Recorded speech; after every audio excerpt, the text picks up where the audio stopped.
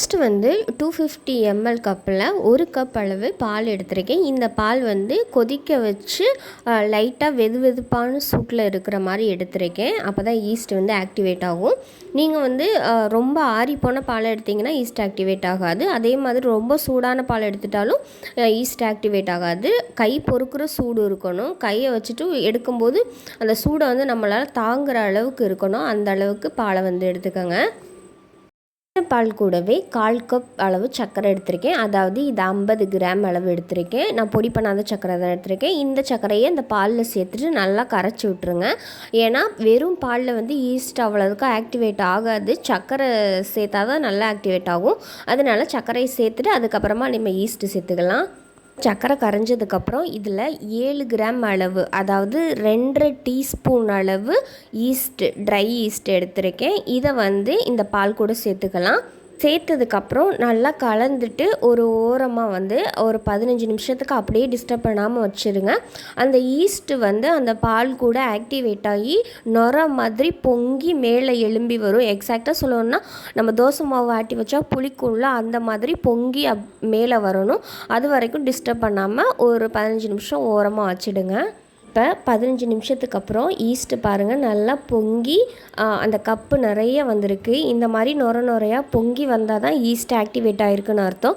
அப்படி east activate ஆகலைன்னா அது எக்ஸ்பைரியான ஈஸ்ட்டாக இருக்கும். இல்லைன்னா நீங்கள் சூடான பாலில் சேர்த்துருக்கீங்கன்னு அர்த்தம். இப்போ இந்த ஈஸ்ட்டு கலந்த பாலை வந்து ஒரு பெரிய பவுலில் வந்து நான் மாற்றிக்கிறேன். இதில் வந்து ரூம் டெம்பரேச்சரில் இருக்க முட்டை வந்து ஒரு முட்டை சேர்த்துக்கிறேன். கண்டிப்பாக ரூம் டெம்பரேச்சரில் தான் இருக்கணும். நீங்கள் ஃப்ரிட்ஜில் வச்சு யூஸ் பண்ணுறீங்கன்னா 3 மணி நேரத்துக்கு முன்னாடியே எடுத்து வெளியில் வச்சுட்டு அதுக்கப்புறம் யூஸ் பண்ணுங்கள். இந்த முட்டை சேர்த்ததுக்கப்புறம் 1 டீஸ்பூன் அளவு உப்பு சேர்த்துக்கலாம். உப்பு சேர்த்ததுக்கப்புறமா இது எல்லாத்தையும் ஒன்றா சேர்ந்து கலந்துக்கலாம். ஒருவேளை உங்களுக்கு முட்டை சேர்க்க பிடிக்கலைன்னா 40 ml அளவு இன்னும் கொஞ்சம் எக்ஸ்ட்ரா பால் சேர்த்துக்கோங்க. இப்போ இது கூடவே 3 கப் ப்ளஸ் 1.5 டேபிள் ஸ்பூன், அதாவது 375 கிராம் அளவு மைதா எடுத்திருக்கேன். 250 ml கப்பில் தான். இப்போ இந்த மைதாவை சேர்த்துட்டு நல்லா கலந்து எடுத்துக்கலாம். ஃபஸ்ட்டு வந்து இந்த சேர்த்துருக்க பால் முட்டை அளவே போதும். நீங்கள் எக்ஸ்ட்ரா தண்ணி சேர்க்கலாம் தேவையில்லை. இதை வந்து கொஞ்சம் அழுத்தம் கொடுத்து பிசைய நல்லா வந்து ஒரு சப்பாத்தி மாவை விட கொஞ்சம் தளதளன்னு இருக்கிற மாதிரி மாவு வந்து பேட்டர் கிடைக்கும். இப்போ ஓரளவுக்கு விஸ்க் வச்சு கலந்ததுக்கப்புறம் நான் வந்து கையில் வச்சு பிசைய போகிறேன். மாதிரி ஒரு சப்பாத்தி டோ மாதிரி பிணைஞ்சதுக்கப்புறம் அன்சால்ட்டு பட்டர் வந்து 1/4 கப், அதாவது 55 கிராம் அளவு எடுத்திருக்கேன். இது ரூம் டெம்பரேச்சரில் இருக்கிற மாதிரி பார்த்துக்கோங்க. ஃப்ரிட்ஜிலேருந்து எடுத்து நல்லா கூலிங் போனதுக்கப்புறம் யூஸ் பண்ணுங்கள். இந்த பட்டர் சேர்த்ததுக்கப்புறம் நல்லா பிசைஞ்சு எடுத்துக்கோங்க. பிசையும் போது கொஞ்சம் வந்து பிசுன்னு இருக்க மாதிரி இருக்கும். அதுக்கப்புறம் பார்த்திங்கன்னா நல்லா சாஃப்டாக வந்துடும். இப்போ ஒரு பாத்திரத்தில் லைட்டாக ஆயில் தடவிட்டு அதில் வந்து நம்ம ரெடி பண்ணி வச்சுருக்க மாவு வந்து உள்ளே வச்சிடலாம். ஏன்னா ஆயில் தடவும் போது நம்ம டீமோல்ட் பண்ணுறதுக்கு கரெக்டாக இருக்கும். அப்ளை பண்ணதுக்கப்புறம் நம்ம ரெடி பண்ணி வச்சுருக்க மாவை வச்சுட்டு பிளேட்டோ அப்படி இல்லைன்னா ஃபுட் ரேப்பர் வச்சு நல்லா க்ளோஸ் பண்ணி ஒரு வெதுவெதுப்பான இடத்துல வச்சுருங்க. 1.5 மணி நேரத்துக்கு இதை டிஸ்டர்ப் பண்ண வேண்டாம். 1.5 மணி நேரத்துக்கு அப்புறம் இது பாருங்கள் எவ்வளோ அழகாக பொங்கி வந்திருக்குன்னு. கூலிங் அதிகமாக இருந்துச்சுன்னா மாவு வந்து புளிச்சு வர்றதுக்கு டைம் எடுத்துக்கிறோம். இப்போ வந்து இந்த மாவு வந்து ஒரு ஒர்க் ஏரியாவுக்கு மாற்றிக்கலாம். மாற்றிட்டு ஃப்ளாட்டாக சப்பாத்தி திரட்டுற மாதிரி கையை வச்சு அழுத்தம் கொடுத்துக்கலாம். போட்டு அழுத்திடாமல் லைட்டாக கையை வச்சு ப்ரெஸ் பண்ணி எடுத்துக்கோங்க ஒரு ரவுண்ட் ஷேப்பில். அதுக்கப்புறமா இதை வந்து நம்ம ரோல் மாதிரி உருட்டி எடுத்துக்கலாம். ரோல் மாதிரி உருட்டும் போது தான் அழகாக அந்த ப்ரெட்டுக்குள்ளே லேயராக கரெக்டாக வரும். அதனால் ரோல் மாதிரி நல்லா திரட்டி எடுத்துட்டு 2 பக்கம் சைடு இருக்குல்ல, அதை வந்து லைட்டாக ஃபோல்ட் பண்ணி எடுத்துக்கோங்க. பண்ணி எடுத்ததுக்கப்புறம் நான் வந்து ப்ரெட்டு மோல்டு எடுத்திருக்கேன். இந்த மோல்டில் லைட்டாக ஆயில் மட்டும் தடவிட்டு அதில் வந்து நம்ம சுருட்டி வச்சுருக்க அந்த ப்ரெட்டு டோவை வந்து உள்ளே வச்சுட்டு சைடில் எல்லா பக்கம் சைடுலேயும் லைட்டாக அழுத்தம் கொடுத்துக்கோங்க. ஏன்னா அது வந்து லேயராக பிரிஞ்சிட்டு வராமல் இருக்கிறதுக்காக இப்படி அழுத்தம் கொடுத்துட்டு இதை வந்து ஒரு மணி நேரம் அப்படியே வச்சுடுங்க. நல்லா கவர் பண்ணிவிட்டு ஒரு மணி நேரம் வெதுவெதுப்பான இடத்துல வைங்க. நான் வந்து ஃபுட் ஃபாயில் இருக்குல்ல அதில் வச்சு கவர் பண்ணி வச்சுக்கிறேன்.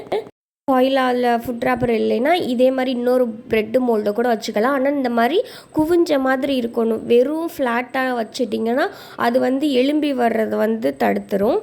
இப்போ ஒரு பவுலில் ரூம் டெம்பரேச்சரில் இருக்க முட்டை வந்து நான் ஒரு முட்டை எடுத்துக்கிறேன். முட்டையை நல்லா கலந்துக்கலாம். அதாவது மஞ்சள் கரும் வெள்ளைக்கரும் ஒன்றா மிக்ஸ் ஆகிற அளவுக்கு கலந்து எடுத்துக்கோங்க. இன்னொரு பவுலில் 1 டேபிள் ஸ்பூன் அளவு காய்ச்சி ஆற வச்ச பால் எடுத்திருக்கேன். அது கூடவே 1 டேபிள் ஸ்பூன் அளவு இந்த கலந்து வச்சுருக்க முட்டையை எடுத்துகிட்டு ரெண்டையும் ஒன்றா சேர்ந்து கலந்து எடுத்துக்கலாம். இப்போ 1 மணி நேரத்துக்கு அப்புறம் நம்மளோட ப்ரெட்டு வந்து டபுள் சைஸாக பெருசாக வந்திருக்கு. இப்போ இதில் வந்து நம்ம ரெடி பண்ணி வச்சுருக்க முட்டையும் பாலும் கலந்து வச்சுருக்கோம்ல, அதை வந்து ப்ரெஷ்ஷு வச்சு லைட்டாக வந்து அப்ளை பண்ணி எடுத்துக்கலாம். அப்போ தான் அது வந்து ட்ரை ஆகாமல் ஒரு சாஃப்டான ஒரு ப்ரௌன் கலரில் கிடைக்கும். அதுக்காக தான் இதை வந்து நம்ம ப்ரெஸ் பண்ணி எடுத்துக்கிறோம். ஓவனை வந்து 180 டிகிரிக்கு 10 மினிட்ஸ்க்கு top and bottom rod on பண்ணி ப்ரீஹீட் ஆன் பண்ணிக்கோங்க. ப்ரீஹீட் ஆன் பண்ணிவிட்டு நம்ம ப்ரெட்டு மோல்டை வந்து உள்ளே வச்சுட்டு 180 டிகிரிக்கு 25 நிமிஷம் அளவு பேக் பண்ணி எடுத்துக்கோங்க.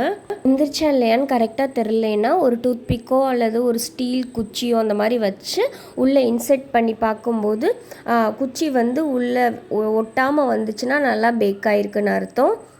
இப்போ இந்த ப்ரெட்டை வந்து நல்லா ஆறுனதுக்கப்புறம் நீங்கள் டீமோல்ட் பண்ணி எடுத்துக்கோங்க. எடுத்ததுக்கப்புறமா நம்ம வந்து ஸ்லைசஸ் போட்டுக்கலாம். இந்த ப்ரெட்டை வந்து நீங்கள் ஸ்டோரேஜ் பண்ணுறதுக்கு ஒரு ஏர்டைட்டான பாக்ஸ்லேயோ அல்லது கவர்லேயோ போட்டு ஒரு 3 to 4 days வரைக்கும் நீங்கள் யூஸ் பண்ணலாம். அதுவும் நீங்கள் வந்து ஹைஜீனிக்காக வச்சுருந்தீங்கன்னா அது அவ்வளோ நாளைக்கு இருக்கும். ஒழுங்காக ப்ராப்பராக மெயின்டைன் பண்ணலைன்னா அதில் வந்து இந்த பூஞ்சைகள் மாதிரி சொல்லுவோம்ல, ஏன்னா ஈஸ்ட் போட்டு செஞ்சுருக்கனால அது அப்படி பூஞ்சைகள் வந்து வளர ஆரம்பிச்சிடும். பாருங்கள், நம்ம ப்ரெட் வந்து கடையில் வாங்கக்கூடிய ப்ரெட்டு மாதிரியே அவ்வளோ சாஃப்ட் அண்ட் ஸ்மூத்தாக இருக்கும். வீட்டில் ட்ரை பண்ணி பார்த்துட்டு எங்களுக்கு ஃபீட்பேக் சொல்லுங்கள். எங்களுடைய சேனல் உங்களுக்கு பிடிச்சிருந்துச்சுன்னா லைக் பண்ணுங்கள், ஷேர் பண்ணுங்கள், கமெண்ட் பண்ணுங்கள், சப்ஸ்கிரைப் பண்ணுங்கள். பக்கத்தில் இருக்க பெல் ஐக்கானை கிளிக் பண்ணி வச்சுக்கோங்க. அப்போ தான் நாங்கள் போடுற வீடியோஸில் உங்களுக்கு நோட்டிஃபிகேஷனை வந்து நீங்கள் ஈஸியாக ஃப்ரீயாகவே பேக்கிங் கற்றுக்கலாம்.